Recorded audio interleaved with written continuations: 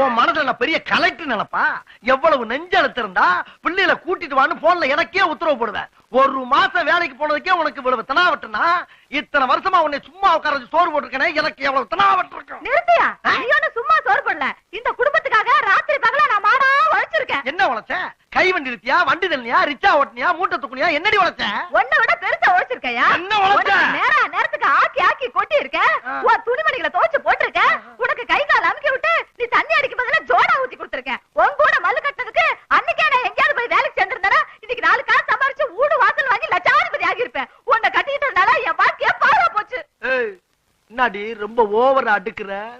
போட்ட வாயில பல்லெல்லாம் பொறி மாதிரி சதறிடும். போடுவேன். என்ன என்ன என்னடி?